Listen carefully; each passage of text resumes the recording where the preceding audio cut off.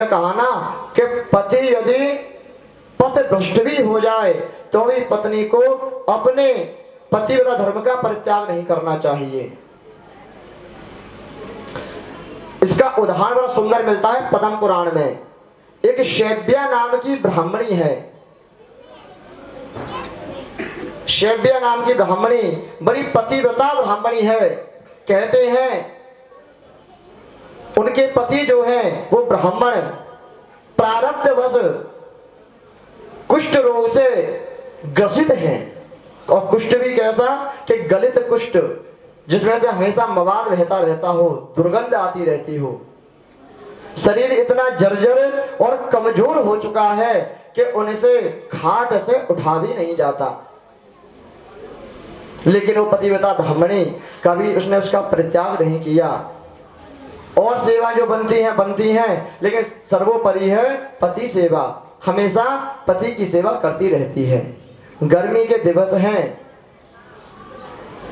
शीतल शीतल वायु बह रही थी। नारी ने सोचा, ब्राह्मणी ने सोचा कि इस दरवाजे में होकर बड़ी सुंदर वायु आ रही है, अंदर कमरे में पति को कष्ट होता होगा, तो खाट सहित पति को विराजमान उस गेट के सामने कर दिया। दरवाजे के सामने शीतल शीतल वायु बह रही है। यह पतिव्रता का धर्म। और मनुष्य की इंद्रिय कितनी चंचल है ये देखिए। उस घर के सामने से तभी एक साय श्रृंगार किए हुए रुंझुन रुंझुन पायल झनकाती हुई एक वेश्या उस घर के उस द्वार के सामने से गुजरी। ब्राह्मण को जैसे ही वेश्या का दर्शन हुआ, इंद्रियां विकल हो गईं। अपने आप उठ के पानी नहीं पी सकता, लेकिन बापे मोहित हो गया।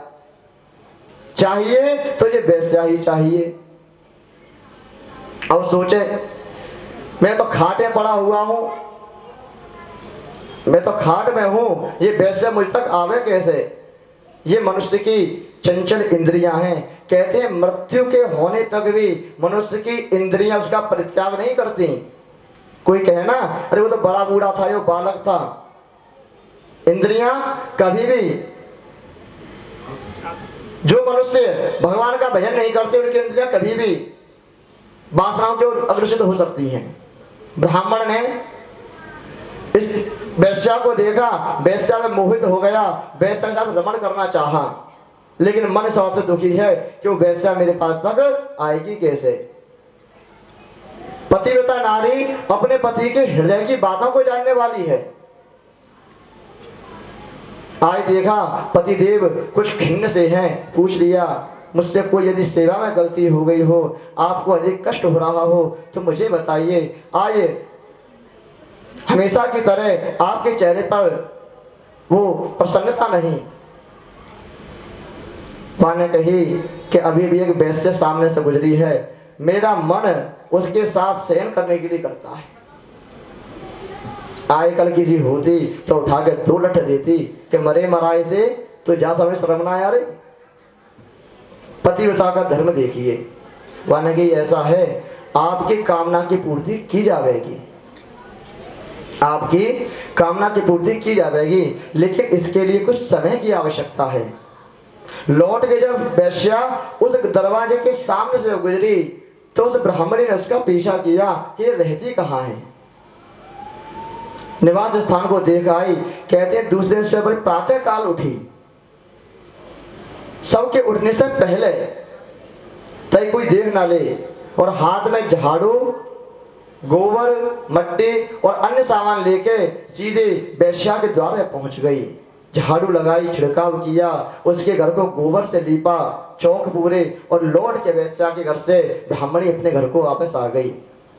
वेश्या ने दरवाजा खोला, चौक पूरे हुए देखे, सुंदर गाय का गोबर सुगंधित वो चौका लगा हुआ देखा।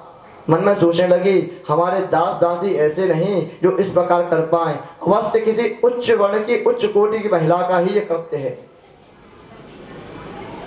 दूसरे दिन भी ऐसा हुआ, तीसरे दिन भी ऐसा हुआ। वेश्या ने सोचा, यदि मैं इस प्रकार किसी ब्राह्मण या उच्च वर्ण की स्त्री की सेवा लेती रही तो मुझे नरकों में भी जगह नहीं मिलेगी। आज रात को वेश्या सोई नहीं। ब्रह्म मुहूर्त से पहले जब वो ब्राह्मणी द्वार में पहुंची, सबसे पहले वेश्या ने दरवाजा खोल दिया। ब्राह्मणी के पैर पकड़ लिए, हे देवी, आप आचरण और व्यवहार से कोई ब्राह्मणी प्रतीत होती हैं, ऐसा अपराध ना कीजिए कि मुझे नरक भी ना उठे, मुझे क्षमा कर दो, मुझसे बड़े अपराध बने, मैंने आपकी सेवा ली, बार बार पैरों में गिर पड़ी, क्षमा प्रार्थना करती है वैश्या। मुझसे यदि कुछ ऐसा काम जिससे आपका हर्ष हो सको, मैं कर सकूं, मैं आपके कार्य आ सकूं, तो मुझे अवश्य बताना। ब्राह्मणी का कार्य तो इतना ही था। ब्राह्मणी ने अपने पति के हृदय की बात उससे बता दी। वैश्या बोली, बात तो आपकी ठीक है, आपकी सेवा से प्रसन्न भी हूँ, मेरा तो कार्य भी यही है, ये करने में कोई गुरेज भी नहीं, लेकिन यदि मैं आपके घर पे आई तो आपको फिर समाज से बहिष्कृत कर दिया जाएगा। ऐसा करो, रात्रि को आप अपने पति को लेके मेरे यहाँ आ जाना, मैं उनकी मनोकामनाओं की पूर्ति अवश्य कर दूंगी। बड़ी प्रसन्नता के साथ ब्राह्मणी लौट के अपने घर को आई, पति देव को सुंदर समाचार सुनाया। ब्राह्मण बड़ा प्रसन्न हुआ, हृदय में फूल खिलने लगे, आए तो वेश्या से मिलन होगा। रात्रि हुई, रात्रि के समय अपनी पीठ पे लाद के ब्राह्मणी अपने पति देव को और वेश्या के यहाँ जाने लगी। समय की विचित्रता देखिए, रास्ते में एक सूल पर एक ऋषि को लटका दिया गया था, यानी गोदाम में होकर सूल पार था, मस्तक को घोड़े के ऊपर निकला हुआ था, उस सूल पर टंगे हुए एक ऋषि वहां बैठे हुए थे। ऋषि है मांडव्य नामक ऋषि। मांडव्य ऋषि वहां पर लटके हुए हैं। शैव्या जब अपने पति को लेकर वहां से गुजरी तो हल्का सा सहारा, हल्की सी टक्कर उन साधु महात्मा मांडव्य ऋषि को लग गई।